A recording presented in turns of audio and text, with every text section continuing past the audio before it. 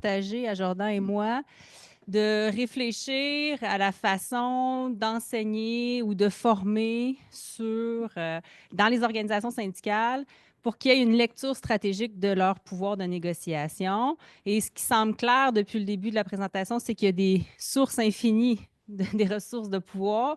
Il y a des sortes de pouvoirs qui sont aussi très variées. Donc, ce qu'on voulait faire de notre côté, c'était d'offrir un cadre d'analyse du côté syndical pour comprendre la lecture du pouvoir syndical, comment on doit faire cette lecture stratégique-là au moment des négociations et de montrer que ce n'est pas toujours simple. Donc, on a pris un cas aujourd'hui qui est la pénurie de main-d'œuvre pour montrer que cette pénurie-là n'avait pas des effets uniformes. Hein, selon les secteurs, selon les objets de négociation, selon aussi la stratégie de l'acteur patronal auquel il fait face. Donc, on va voir qu'il faut avoir une version ou une analyse nuancée d'un effet comme la pénurie de main-d'œuvre peut avoir pour comprendre le pouvoir de négociation. Donc, au niveau de la méthodologie, on s'inscrit vraiment dans une démarche de co-construction avec des acteurs syndicaux. On a fait des entrevues à la CSN avec les conseillers, les négociateurs, pour essayer d'avoir cette vision-là ou cette co-construction-là du modèle.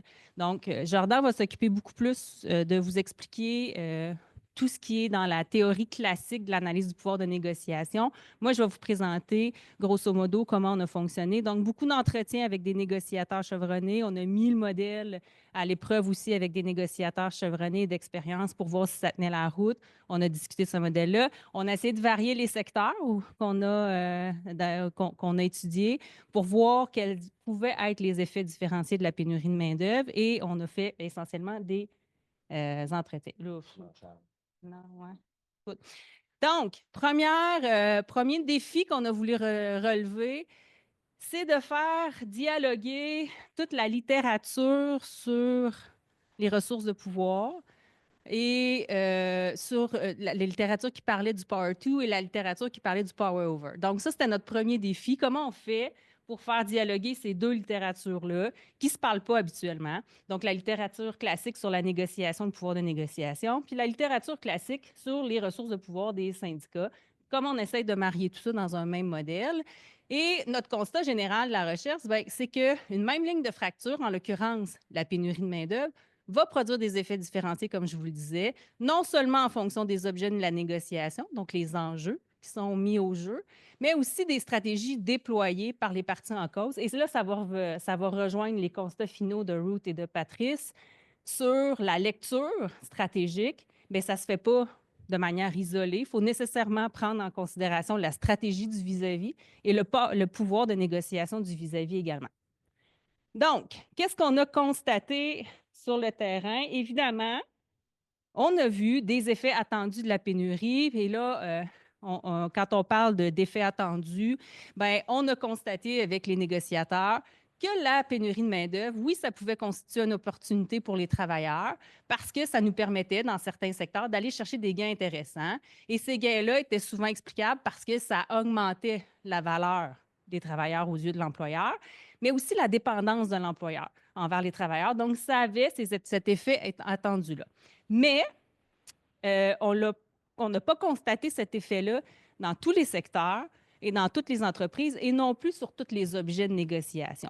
Donc, il faut aller au-delà du simple constat qui est établi dans la littérature classique sur la pénurie de main-d'œuvre, que la pénurie égale plus grand pouvoir de négociation. Les effets sont plus différenciés. Il faut avoir une analyse plus nuancée. Et dans certains cas, la pénurie de main-d'œuvre, bien, ce n'est pas tous les syndicats qui ont été en mesure de saisir cette opportunité-là et d'en faire des gains ou de les transformer en gains. Donc, il faut s'en remettre à d'autres facteurs pour expliquer les effets différenciés. Donc, dans la littérature classique en relations industrielles, c'est établi depuis longtemps que les résultats de la négociation vont varier en fonction des objets et des stratégies des parties, non seulement les résultats, mais le pouvoir de négociation aussi. Donc, par objet, qu'est-ce qu'on entend? Tu peux. Je m'excuse, je te prends. Donc, sur les objets de négociation, qu'est-ce qu'on a observé avec les négociateurs? Premièrement, les négociateurs nous ont dit que les employeurs avaient beaucoup plus d'ouverture pour améliorer les conditions d'attractivité puis de rétention de la main-d'œuvre dans un contexte de pénurie. Donc, il était ouvert à éliminer des échelons salariaux pour avoir une meilleure attractivité. Il était ouvert à mettre des clauses pour les travailleurs âgés pour maintenir la main-d'œuvre en emploi. Et évidemment, il était ouvert aussi à améliorer les salaires. Donc, si vous regardez un peu les travaux de Patrice Jalette sur la question, il y a beaucoup d'exemples où on a réouvert les conventions collectives pour offrir des meilleurs salaires parce que les employeurs étaient en demande. Par contre, beaucoup plus de résistance chez les employeurs pour accorder des clauses ou des gains qui ont un lien avec la flexibilité pour les travailleurs. Donc, dans un contexte de pénurie de main-d'œuvre, ce n'est pas nécessairement le temps de parler de conciliation emploi-famille, ce n'est pas nécessairement le temps de négocier plus de congés ou plus de semaines de vacances. Là-dessus, les employeurs, pénurie de main-d'œuvre ou pas, vont pas céder parce qu'ils sont dans un contexte où ils ont besoin de la main-d'œuvre en emploi. Donc, sur ces objets spécifiques-là de négociation, la pénurie ne donne pas un effet de levier pour l'organisation syndicale. J'essaie vraiment de me dépêcher. Comment? C'est pas grave. Donc, les stratégies patronales maintenant qui peuvent avoir un lien sur l'effet de levier que ça va créer, la pénurie de main-d'œuvre, bien, ce qu'on a constaté, c'est que dans les entreprises où la stratégie de l'employeur ou son modèle d'affaires comme employeur était plutôt du côté high road, donc un modèle où on misait sur la participation, l'engagement des salariés, la participation syndicale, les promotions à l'interne, etc., bien, dans ces entreprises-là, oui, il y avait un effet de levier important de la pénurie de main-d'œuvre parce que pour l'employeur, c'était important de garder cette main-d'œuvre rare-là et c'était important surtout de continuer à investir dans cette main-d'œuvre-là dans un modèle d'affaires comme celui-là.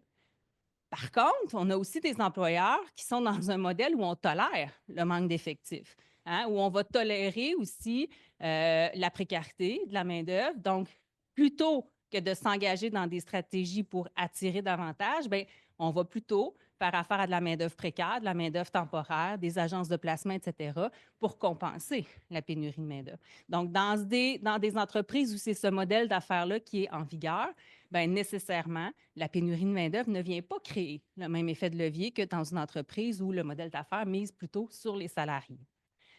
Et dans tout ça, les négociateurs nous ont beaucoup parlé de la capacité de payer de l'employeur, mais aussi de la volonté de payer. Donc, ce n'est pas tous les employeurs qui ont la capacité de payer ou de compenser la pénurie de main-d'œuvre, si je peux dire. Donc, dans certains cas, ils n'ont carrément pas la capacité de payer l'effet de pénurie. Donc, ils ne sont pas capables d'ajuster les salaires, ils ne sont pas capables d'améliorer les conditions de travail. Et dans d'autres cas, ils n'ont carrément pas la volonté de le faire. Donc, c'est des modèles d'affaires qui vont miser davantage sur la tolérance envers le manque d'effectifs. Donc, là, vous allez avoir des modèles d'entreprise où on va avoir une gestion disciplinaire plus laxiste, moins d'exigences, on va engager avec moins de scolarité des travailleurs, etc., etc. Donc, dans ce cas-là, le syndicat ne peut pas utiliser la pénurie de main-d'œuvre comme effet de levier sur leur pouvoir de négociation. Donc, il faut choisir aussi, dans certains cas, pour qui on va améliorer les conditions de travail. Et ça, c'est toute la question de la fameuse stratégie patronale des augmentations ou des améliorations ciblées. Donc, quel type de travailleur est en pénurie ou en vraiment rareté? Et l'employeur va nécessairement cibler cette catégorie-là. Et pour le syndicat, il s'agit de voir si on a la capacité de se saisir de cet effet de levier-là pour une catégorie de travailleurs. Pour ne pas le nommer dans le milieu industriel, on parle souvent des électromécaniciens, des soudeurs, des mécaniciens, donc tous les métiers spécialisés qui sont en demande. Bien, est-ce qu'on va être capable de capitaliser sur l'ouverture patronale à leur donner des améliorations pour en faire bénéficier l'ensemble du personnel? J'ai-tu fini, moi? Ça saute là. C'est bon. C'est bon, j'ai mon micro.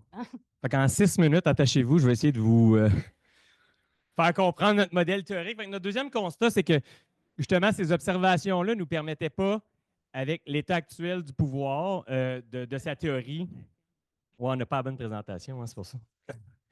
On a le bon modèle. Donc, d'expliquer convenablement, comme je disais, on poursuit deux objectifs en même temps. Mieux expliquer le phénomène de la pénurie de main-d'œuvre ou n'importe quel choc externe sur le pouvoir de négociation, mais également que ce modèle-là puisse être utilisé par les syndicats dans la construction de leur stratégie. Donc, essentiellement, on avait cette dualité-là, Power to, Power over, OK? Une littérature sur le renouveau syndical, beaucoup basée sur le Power to. Le livre que Sean parlait tantôt fait un plaidoyer en introduction pour intégrer un peu plus de conscience du Power over. À l'autre spectre complètement, la littérature sur le pouvoir de négociation, lui, est complètement centrée sur la question du Power over et ne mentionne pas le Power to. Il faut souvent le sous-entendre. Donc, premier mariage, donc, est celui du Power to, du Power over qu'on réussit à obtenir avec le levier stratégique et les capacités ressources organisationnelles.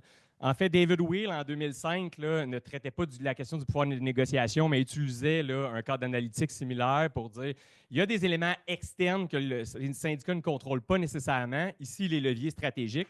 Okay?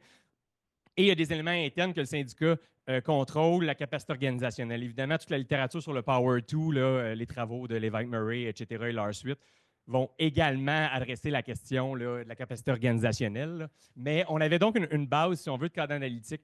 Par contre, on était face au fait que ça, c'est un pouvoir qui demeure hypothétique.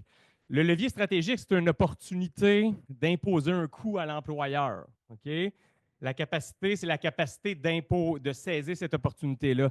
Mais ensuite, les théories de négociation sont très peu déterministes. Là, et donc, il y a d'autres choses qui se passent en négociation collective. Il y a un processus en tant que tel, il y a d'autres choses, le pouvoir en tant que tel. En fait, on rejette un peu une approche structuraliste. Le pouvoir ne peut pas tout déterminer. Et pour ça, on arrive avec le concept de pouvoir effectif de négociation, c'est-à-dire que cette capacité organisationnelle-là d'exploiter un levier va faire face à une résistance de l'employeur. Et ça, c'est inscrit dans la définition de Max Weber du pouvoir depuis toujours, donc depuis le départ, c'est-à-dire que le pouvoir, c'est la capacité de triompher malgré les résistances et peu importe les moyens. Donc, nos moyens ici, c'est notre levier stratégique, notre capacité, on l'a parlé, et malgré les résistances. Et donc, on s'est intéressé aux résistances et aux différents objets de négociation pour venir justifier pour venir plutôt expliquer comment on en arrive à de tels résultats. Et là, je n'ai pas besoin. Je vais rester sur le modèle. Ça va être beaucoup plus simple. Non, ça va. Justement, on va prendre le premier exemple de la reconnaissance ciblée de la dépendance patronale. L'employeur utilise un moment de pain industriel pour dire je vais augmenter seulement certaines catégories d'emplois. Qu'est-ce que fait l'employeur à ce moment-là? Bien, il circonscrit le levier stratégique. Il reconnaît le levier stratégique du syndicat, mais il le circonscrit. En échange, qu'est-ce que ça a? L'employeur augmente hautement sa résistance sur les autres catégories d'emplois. Pourquoi? Parce qu'il s'inscrit dans un narratif de comparable industriel. Okay? Fait que l'employeur décide sur quelle trame il va jouer. Fait que il augmente sa résistance. Et puis, ben, ça a tous les effets là, qui ont déjà été documentés, qu'on peut penser sur la capacité organisationnelle du syndicat, mettant le syndicat devant le dilemme d'améliorer les conditions de travail de certains de ses membres et évidemment le potentiel rupture de solidarité. Okay? Donc, ça induit une réflexion stratégique syndicale. Premier exemple. Deuxième exemple, par exemple, l'employeur va remplacer dans ses stratégies patronales, il va tenter de pallier au levier structurel en trouvant des nouvelles sources d'emploi. Bien, selon les nouvelles sources d'emploi, ça va avoir des impacts différents, des résistances différentes et ça va déclencher des effets différents sur la capacité organisationnelle. Si on prend un travail étranger temporaire dans le secteur de l'agroalimentaire, les syndicats qui ont réussi convenablement à intégrer les travailleurs ont maintenu la totalité de leur capacité okay, et ont même ouvert de nouveaux champs de revendication, okay, ce qui mettait l'employeur dans une situation où la résistance de l'employeur, quand le syndicat dit hey, tu as engagé 20 de travail étranger temporaire, j'aimerais ça avoir une rencontre d'une heure quand il arrive avec eux, puis j'aimerais ça être celui qui va les chercher à l'aéroport. La résistance de l'employeur n'a pas le choix d'être basse parce que nécessairement, il a tracé un chemin par rapport à ça. Fait en essayant de mitiger le levier stratégique du syndicat, l'employeur crée des effets. Lorsque l'employeur va, par exemple, vers la sous-traitance ou les agences de placement, il crée un effet tout autre. Il crée soit de l'indifférence au niveau de la capacité organisationnelle et donc une chute du pouvoir syndical, OK? Ou soit une insatisfaction au niveau du syndicat du recours à la sous-traitance qui crée des leviers de mobilisation, comme c'est le cas présentement dans la négociation de l'hôtellerie. Et évidemment, les sources de résistance vont varier selon l'état d'esprit de l'employeur. Si le recours à la sous-traitance devient et est intégré au modèle d'affaires, on peut s'attendre à ce que la résistance soit haute. Okay? Et ça nous permet notamment, parce que là, je vais essayer de closer, ça